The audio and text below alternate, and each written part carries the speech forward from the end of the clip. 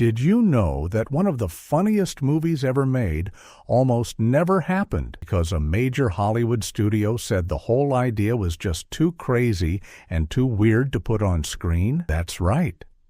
A movie about two men dressing up as women to hide from gangsters sounded absolutely ridiculous to almost everyone in Hollywood. One director refused to give up, and what happened next changed comedy forever. Let's dive in and discover 20 weird and amazing facts about Some Like It Hot. Fact number 20. The studio said no. Loudly. Enter a room full of powerful Hollywood executives sitting around a long table. Scripts are piled high. Ideas are flying. Then someone slides a single page across the table.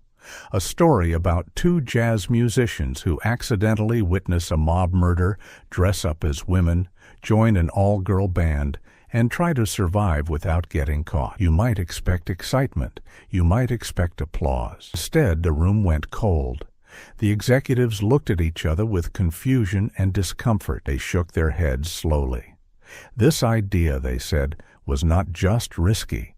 It was unacceptable. Studios, including MGM, looked at the concept and walked away. American audiences would never accept men dressed as women being played for laughs. Thought it would embarrass the entire industry. Thought it would confuse moviegoers and drive people away from theaters. The idea felt too strange, too bold, and too different from anything Hollywood had dared to make before. Director Billy Wilder did not care about their fears. He worked too hard on this story. He had written it alongside his brilliant writing partner, I.A.L. Diamond, and together they believed in it completely. Believed comedy had the power to say things that drama never could.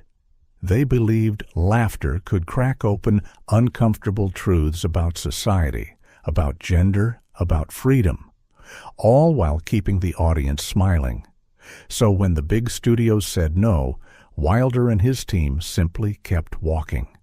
They found a smaller, braver home at United Artists. One decision, that refusal to quit, gave the world one of the greatest comedies in cinema history. What looked like the end of the road was actually just the beginning. Fact number 19. Marilyn Monroe made everyone wait 4 hours. Close your eyes and imagine this. The entire cast and crew are standing on a movie set. The lights are hot and bright. The cameras are ready. The other actors have memorized their lines perfectly. Everyone is waiting, and waiting, and waiting some more. That was a normal day when Marilyn Monroe was involved. Marilyn was already one of the most famous women in the world when she joined Some Like It Hot. But fame did not make things easier on set. It made them much, much harder. Marilyn struggled with her lines in ways that shocked even the most patient people on the production. But Marilyn could not get it right. She kept stumbling. She kept starting over. She kept asking for another take. Director Billy Wilder, who was known for being sharp and demanding, found himself doing something he had never done before, printing her lines on small pieces of paper and hiding them around the set. He taped them inside drawers, on the backs of furniture, anywhere she might naturally look. And still, the scene required dozens and dozens of takes before it was finished. Some stories say it took over 50 attempts. Other reports suggest even more. The crew grew tired. The other actors grew frustrated. Something strange happened when the camera finally captured the right moment. Marilyn's performance was so warm, so vulnerable, so effortlessly funny that nobody in the audience would ever guess the pain behind it. It wasn't acting. It was survival. Fact number 18. Tony Curtis famously said something cruel. Or did he? Here is one of the most repeated stories in all of Hollywood history. During the filming of Some Like It Hot, Tony Curtis, who played Joe, one of the two musicians hiding in disguise, had to film several kissing scenes with Marilyn Monroe. Characters share romantic moments on screen, and those scenes required real closeness and real chemistry. But behind the camera, things were reportedly very different. The story that spread across Hollywood and then across the entire world was that Tony Curtis said kissing Marilyn Monroe was like kissing Hitler. It is a shocking thing to say. It is a brutal comparison. And it became one of the most famous quotes ever spoken about a co-star. But here is where the story gets more complicated and more interesting. Curtis himself, in later years, sometimes denied saying it exactly that way. He suggested the quote was exaggerated, taken out of context, or invented by gossip columnists who loved drama. Other people on the production stood by the story. They said the quote was real. They said the tension between Curtis and Monroe was genuine and painful. Marilyn was going through a deeply difficult time during filming. She was struggling with personal problems, health issues, and the enormous weight of being the most famous woman on the planet. Whether Tony Curtis said those words or not, the tension between them was real. Yet, when you watch the film, you would never know. The chemistry on screen looks genuine. The warmth looks real. What happened between those two people off camera stayed there. What the audience saw was magic. Fact number 17. Jack Lemmon was almost not cast. Think about Some Like It. Hot without Jack Lemmon. Go ahead. Try. It's almost impossible, isn't it? His performance as Jerry, the musician who becomes Daphne, the girl who accidentally falls in love with a millionaire, is one of the most brilliant comic performances in the history of cinema. But Jack Lemmon almost did not get the role at all. When Billy Wilder was putting the cast together, he considered several other actors for the part. Some of the names he thought about were well-known and respected performers. The role required someone who could play physical comedy without losing emotional truth. It required someone who could wear a dress and a wig and somehow still make the audience feel for them, laugh with them, and believe in them completely. Jack Lemmon was not the first name on the list, but when he came in and showed Wilder what he could do, something clicked immediately. Lemmon had a quality that was rare and almost impossible to describe. Could be ridiculous and sincere at exactly the same moment. He could fall down the stairs and make you laugh while also making you care. Could wear women's clothes and make you forget he was wearing them at all. Wilder saw that quality in the audition room. He stopped looking. The role belonged to Lemmon, and Lemmon, in turn, gave the role everything he had, every ounce of physical energy, every emotional instinct, every brilliant comedic impulse. It looked effortless on screen. Behind the camera, it was a masterclass in courage. Fact number 16. The film was shot in black and white.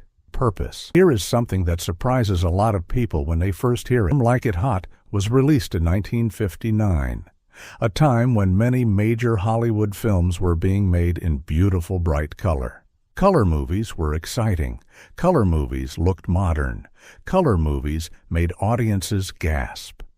So why did Billy Wilder choose to shoot his new comedy in black and white? The answer is practical, funny, and a little bit sad, all at the same time. The problem was the makeup. When Tony Curtis and Jack Lemmon were dressed as women, in their wigs, their dresses, their carefully applied lipstick and foundation, the makeup looked absolutely terrible in color. The shades were wrong. The tones clashed. A color camera, the two men looked less like convincing women and more like something from a Halloween costume shop. The illusion completely fell apart. But in black and white, something magical happened. The makeup softened. The details blurred slightly in the best possible way. The two actors suddenly looked believable, or at least believable enough to carry the comedy through the entire film. Wilder made the decision quickly and without apology. Black and white was not a compromise. It was a creative solution. It was the right answer to a problem nobody had predicted. And looking back, the black and white photography gives the film a timeless, classic quality that a color version might never have achieved. A limitation became a gift. What looked like a problem became part of the art. Fact number 15. Marilyn Monroe was pregnant. During filming, behind every frame of Some Like It Hot, something deeply personal was happening to Marilyn Monroe that almost nobody on set fully understood. Marilyn was pregnant during parts of the production. She was going through enormous physical and emotional changes. At the same time, she was being asked to deliver one of the funniest and most beloved performances of her career. Pregnancy added real difficulty to an already challenging situation. Marilyn was experiencing morning sickness, exhaustion, and all the physical demands that come with early pregnancy. These things made her already difficult relationship with punctuality and memorization even harder to manage. She would sometimes arrive on set, pale and trembling. She would need extra time between takes. She would disappear for long stretches that left the crew frustrated and confused. Nobody fully understood why until later. And then, heartbreakingly, Marilyn suffered a miscarriage during the production. It's devastating and private and painful in ways that words can barely touch. And yet, she came back. She returned to the set. She put the wig back on. She stood in front of the camera and sang and laughed and brought Sugar Cane to life with a warmth and vulnerability that feels almost unbearable to watch now. Knowing what was happening behind the scenes, that wasn't just acting. That was a woman finding light in the darkest possible moment. Fact number 14. The final line was written in desperation. Well, nobody's perfect. 4 words, that is all. 4 simple, perfectly placed words. And they are, without any argument, one of the greatest final lines in the history of cinema. The line comes at the very end of the film, when Osgood, the cheerful, eccentric millionaire played by Joe E. Brown, is told by Daphne, who is actually Jerry in disguise, that she cannot marry him because she is actually a man. Osgood's response is immediate, cheerful, and completely unbothered. Well, nobody's perfect. The audience explodes. The screen goes dark. The movie ends. But here is the secret that makes the line even more remarkable. Billy Wilder and his writing partner I.A.L. Diamond had been struggling for weeks to find the right ending. They tried dozens of different lines. They wrote scenes that were too long. They wrote explanations that were too complicated. They wrote jokes that were too obvious. Nothing worked. Nothing felt right. One day, almost by accident, Diamond scribbled those 4 words on a piece of paper and pushed it across the desk to Wilder. Wilder stared at it. He read it again, and he knew immediately. That was it. That was the line. No explanation, no resolution, just the perfect, absurd, beautiful acceptance of everything. One small choice changed movie history. Fact number 13. The gangster scene was based on a real event, Some Like It. It begins with a scene of brutal violence dressed up in comedic clothing. 2 musicians, Joe and Jerry, accidentally witness the St. Valentine's Day Massacre, a real and terrifying moment in American history when members of Al Capone's gang murdered 7 rivals in a Chicago garage on February 14th, 1929. The movie transforms this real act of violence into the engine of its comedy. The 2 musicians see something they were never supposed to see, and for the rest of the film, they are running for their lives. But Billy Wilder was not simply using the massacre as a plot device. He was doing something more interesting and more daring. He was asking the audience to laugh in the shadow of real darkness. He was saying that even in the most terrifying moments of human history, people find ways to survive through disguise, through humor, through pretending to be something they are not. The gangsters in the film are ridiculous and funny, but they are also genuinely threatening. When they appear, the comedy does not erase the danger. It sits right beside it. Wilder had grown up in Europe during a time of great political darkness, and he understood deeply that humor was not the opposite of fear. Sometimes humor was the only way through fear. What looked like a silly joke was actually a survival strategy. Fact number 12. Tony Curtis wore high heels for months. Here is something that sounds funny at first, but quickly becomes impressive when you think about it seriously. Tony Curtis, a young, athletic, deeply proud Hollywood star, had to wear high-heeled women's shoes for a significant portion of the film's production. And learning to walk in those shoes took time. Real time. Dedicated, painful, humbling time. Curtis was not a dancer. He was not trained in any kind of movement work that would have prepared him for the challenge of moving naturally in heels. Women who wear heels regularly develop a kind of muscle memory that takes years to build. Curtis had weeks. He practiced in his trailer. He walked up and down hallways. He stumbled, adjusted, stumbled again. He had to learn not just how to stay upright in the shoes, but how to move in them in a way that looked natural and convincing, because the comedy of the film depended entirely on the audience half believing the disguise. Walking looked fake and forced, the whole illusion would collapse.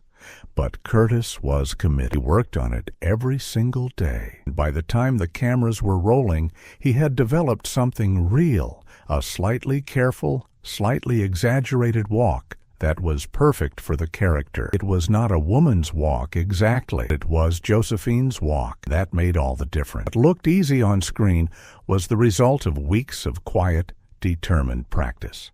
Fact number 11. Film was condemned by a Catholic organization. When Some Like It was released in 1959, not everyone laughed. Some very powerful people were deeply angry. Of Decency, a Catholic organization that reviewed and rated movies for moral content, condemned the film.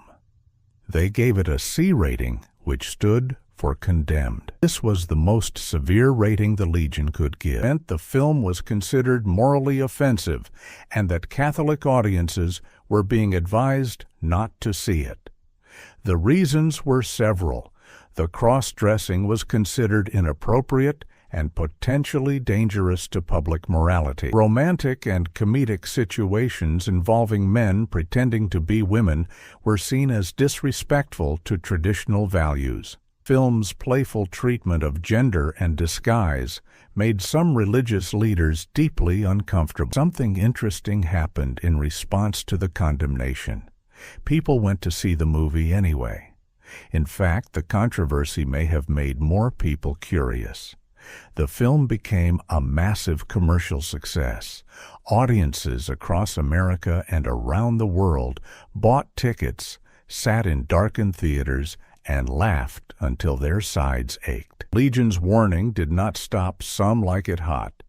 If anything, it announced to the world that this movie was doing something worth paying attention to. Sometimes the loudest criticism is the greatest advertisement. Fact number 10.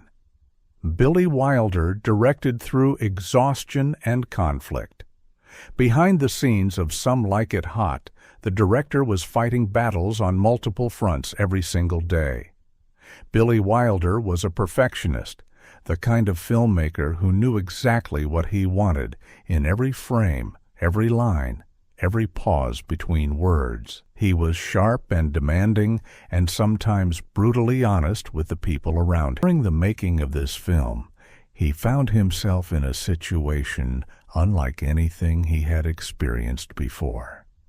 Marilyn Monroe's consistent lateness and difficulty with lines pushed Wilder to his absolute limit. There were days when he sat in his director's chair and stared at the ceiling, wondering if the film would ever be finished. There were days when the tension on set was so thick you could feel it pressing against your chest. Other cast members grew resentful. The crew grew exhausted. Budget concerns began to mount as the production stretched longer and longer than planned. And yet, Wilder refused to crack. He adapted. He hid lines on set furniture. He restructured shooting schedules around Marilyn's availability. He found ways to use her natural unpredictability in the performance itself, letting the camera catch moments of genuine confusion and surprise that made Sugar Cane feel startlingly real. Wilder hated almost every day of the production. He said so publicly, and more than once. But when the finished film appeared on screen, it was clear that every difficult day had been worth it. What looked like chaos was actually being shaped into art. Fact number 8. The film almost had a different title. Some Like It Hot. The title is perfect. It is playful and suggestive, and a little bit mysterious. It makes you want to know more.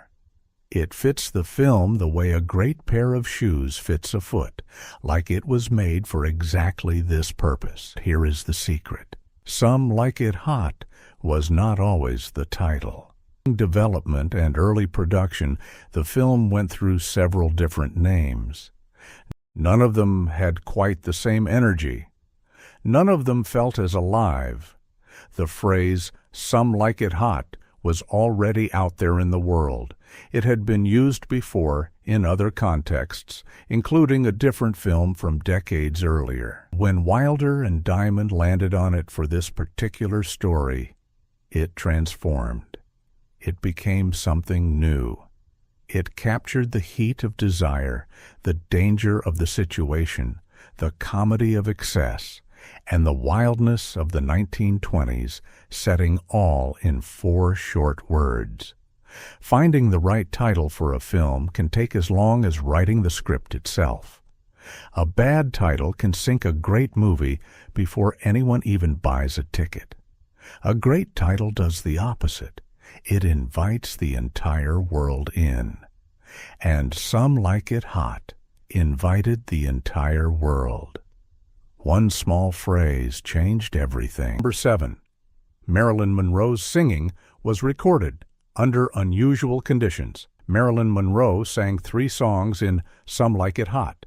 She sang Runnin' Wild. She sang I Want to Be Loved by You. And she sang I'm Through with Love. All 3 performances became iconic.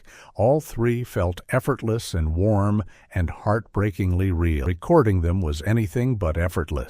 Marilyn's relationship with the recording process was complicated. She was deeply insecure about her singing voice, even though she had real talent. She worried endlessly about whether she sounded right, whether she sounded professional, whether she sounded good enough. The recording sessions required multiple attempts, careful coaching, and enormous patience from everyone involved. And for the final song, I'm Through with Love, something happened during filming that made the performance truly extraordinary. The scene required Marilyn to sing the song in an emotional state, and on the day of filming, she connected with the material in a way that went beyond lyrics about being finished with love, about closing the door on romance and hope, seemed to reach something real and private inside her. People on set grew quiet. The camera kept rolling. Marilyn's voice, slightly trembling, slightly imperfect, filled the room with something that nobody could fake. That wasn't singing. That was truth, wearing a dress and holding a ukulele. Fact number 6. The film was set in a different era. Deliberately, Wilder made a very specific creative choice when he and A.L. Diamond were writing the script. He set the story in the 1920s, the era of prohibition, of jazz bands, of gangsters and flappers and speakeasies. This was not an accident. This was not simply a fun visual backdrop. Wilder chose that time period with great care and great purpose.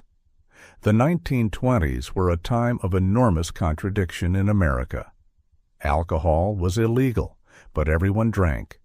Crime was rampant, but the music was joyful. People were pretending to follow rules while actually breaking them in every possible way. It was the perfect era for a story about disguise and pretending and performing a version of yourself that the world would accept. The connection between the historical setting and the film's themes was deliberate and elegant. Joe and Jerry are not just hiding from gangsters. They are participating in a long American tradition of becoming someone else to survive, of wearing a mask, sometimes a literal one, to get through the day. Wilder understood this from his own life. He had been an immigrant who had to learn a new country, a new language, a new identity. The 1920s setting was personal as well as historical. What looked like a costume was actually a confession. Fact number 5. The film launched a conversation about gender that lasted decades. When Some Like It Hot was released, it made people laugh, but it also made people think, and not just for a week or a month. The conversation the film started has lasted for over 60 years, growing deeper and more meaningful with each passing decade. In 1959, the idea of men dressing as women was considered purely comedic, a joke, a gag, a disguise to be laughed at. But something more complicated was happening underneath the laughter. The film was asking questions that society was not yet ready to answer out loud. What does it mean to perform a gender? What does it mean to be accepted only when you pretend to be something you are not? What does it say about the world when a man dressed as a woman receives more kindness and less aggression than a man dressed as a man? These were radical questions wrapped inside comedy. Scholars and critics and filmmakers have been pulling the film apart for decades, finding new layers, new meanings, new connections to contemporary conversations about identity and freedom and authenticity. Billy Wilder never claimed to be making a political statement. He claimed to be making a funny movie. But great art always carries more than its creator intends. Like It Hot said things in 1959 that the world is still learning to hear. Fact number 4. Joe E. Brown was the secret weapon of the film. There is a character in Some Like It Hot who does not get quite as much attention as Marilyn Monroe or Tony Curtis or Jack Lemmon. But without him, the film would be missing one of its most important heartbeats. That character is Osgood Fielding III, the cheerful, wealthy, completely unbothered suitor who falls in love with Daphne, not knowing that Daphne is actually Jerry in a dress. He is played by Joe E. Brown, a veteran comedian who had been performing since the 1920s, and who brought to the role something that younger actors often struggle to find: total commitment without vanity. Osgood never tries to be funny. He never winks at the audience. He simply believes in his love, completely and without apology. And because he believes it, the audience believes it too. Joe E. Brown was 62 years old when he made Some Like It Hot. He had a face full of deep lines and a mouth that seemed to stretch from ear to ear when he smiled. He was not a conventional movie star. He was something rarer and more valuable, a performer who made the people around him more interesting just by being present. His final moment in the film, delivering that legendary last line, is made possible entirely by the warmth and sincerity he brings to every single scene before it. The secret weapon was hiding in plain sight. Fact number 3. The production went wildly. Over budget, making Some Like It Hot was not just creatively difficult, it was financially terrifying. The film's production stretched far beyond what anyone had originally planned. Days that should have taken one shoot became 2. Scenes that were supposed to wrap in an afternoon continued into the following week. And every extra day of filming cost money. Money for the crew, money for the equipment, money for the sets, money for everything. The delays, caused primarily by the difficulties surrounding Marilyn Monroe's scenes, added up quickly and painfully. By the time the film wrapped, it had gone significantly over its original budget. The producers were anxious. United Artists was watching nervously. There was real concern about whether the film would make back what it had cost. Then something remarkable happened. The film was released. Audiences came, and then more audiences came. Then the entire world seemed to want to see it. Some Like It Hot became one of the highest-grossing films of 1959. It earned back its production costs many times over. It ran in theaters for months. It became a cultural phenomenon that nobody, not the studio, not the director, not the stars, had fully predicted. Every dollar of budget overrun was returned with interest. The financial nightmare became a financial miracle. Fact number 2. Marilyn Monroe and Billy Wilder never worked together again. After the production of Some Like It Hot, Billy Wilder was exhausted in a way that went deeper than simple tiredness. He had given enormous energy to managing the challenges that came with Marilyn Monroe's presence on set. He had restructured his entire shooting process around her needs. He had shown patience that did not come naturally to him. And when it was all over, he spoke publicly about the experience in ways that were sometimes harsh, sometimes funny, and always revealing. He said that directing Monroe was like making a film in an earthquake. He described the experience as one of the most difficult professional challenges of his life. He suggested at various times and in various interviews that he would never work with her again. And he never did. Some Like It Hot was the only film that Billy Wilder and Marilyn Monroe made together. Given the tension and the difficulty and the pain that went into its creation, that fact makes complete sense. But it is also a little heartbreaking, because their collaboration produced something genuinely extraordinary. Despite everything, despite the hundreds of wasted takes, the delays, the frustrations, the tears, the finished film is a piece of art that has survived and thrived for over 6 decades. Two people who struggled to be in the same room together made something that will live forever. That is one of the great paradoxes of creative partnership. Fact number 1.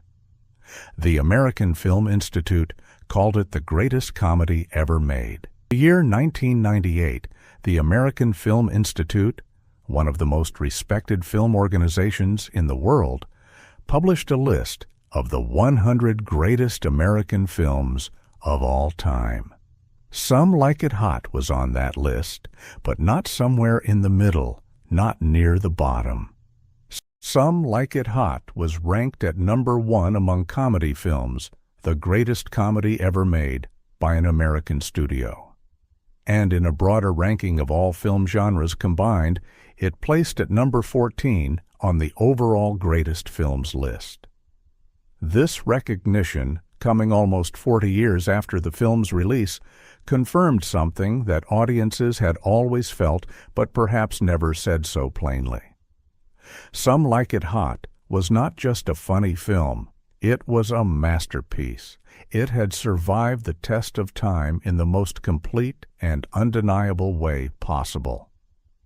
New generations who had never heard of Billy Wilder or Marilyn Monroe or Jack Lemmon watched the film for the first time and laughed exactly as hard as audiences had in 1959.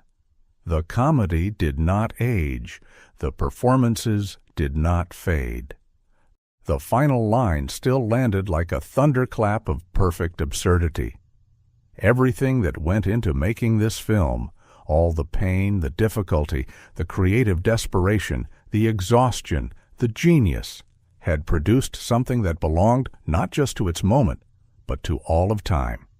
The greatest comedy ever made began with a simple and crazy idea that almost everyone rejected, and that is the most beautiful fact of all. Bonus fact: The Scene That Was Cut. And what it would have changed here is a story that most fans of Some Like It Hot have never heard. During the writing and editing process of the film, Billy Wilder and I, A.L. Diamond, wrote and partially developed a scene that never made it into the final cut. The scene involved a longer, more emotionally complex conversation between Sugar Cane and Joe, the musician who has been pretending to be a millionaire to win her affection. In the version that exists in the finished film, the romantic resolution between Sugar and Joe happens quickly, almost dizzyingly, in the final moments. Joe's deception is revealed. Sugar seems to forgive him almost instantly. The film moves on to its legendary final line, and then ends. But in the scene that was cut, the resolution was longer and more complicated. Sugar confronted Joe more directly. She expressed something closer to genuine anger, not just playful disappointment, but real hurt about having been deceived. The scene gave Marilyn Monroe material that was deeper and more dramatically demanding than anything in the finished film. By several accounts, she filmed versions of this scene that were remarkable, that showed a side of her performance ability that the final cut does not fully reveal. But Wilder ultimately decided to cut the scene. He felt it slowed the film's momentum. He felt the comedy machine needed to keep moving, and a longer emotional confrontation would have changed the film's rhythm in ways that might have damaged its power. He chose the joke over the drama. He chose the speed over the depth. And in the final film, that choice works beautifully. But somewhere in the history of this movie, there is a version of Marilyn Monroe that the world never got to see. A version that was angrier, sadder, and perhaps more truthful than anything that made it to the screen. The scene was cut. The feeling remained. Old choices, hidden magic. Some Like It Hot is more than a comedy. It is a story about survival. It is a story about two ordinary people who find themselves in an impossible situation and choose laughter as their weapon. It is a story about pretending to be something you are not and discovering somewhere inside the disguise something true about who you are. It was made by exhausted, frustrated, brilliant people who fought with each other and pushed past their own limits to create something the world would never forget. Marilyn Monroe, through all her pain and difficulty, gave the world Sugar Cane, one of the warmest and most lovable characters in cinema history. Jack Lemmon gave us Daphne, a man in a dress who became somehow more free than he had ever been before. And Billy Wilder gave us a final line that says everything. Nobody's perfect. Not the actors, not the director, not the studio, not any of us. And in that imperfection, there is something worth celebrating. If you enjoyed these stories, subscribe for more. Every movie hides a truth, and we will keep uncovering them, one story at a time.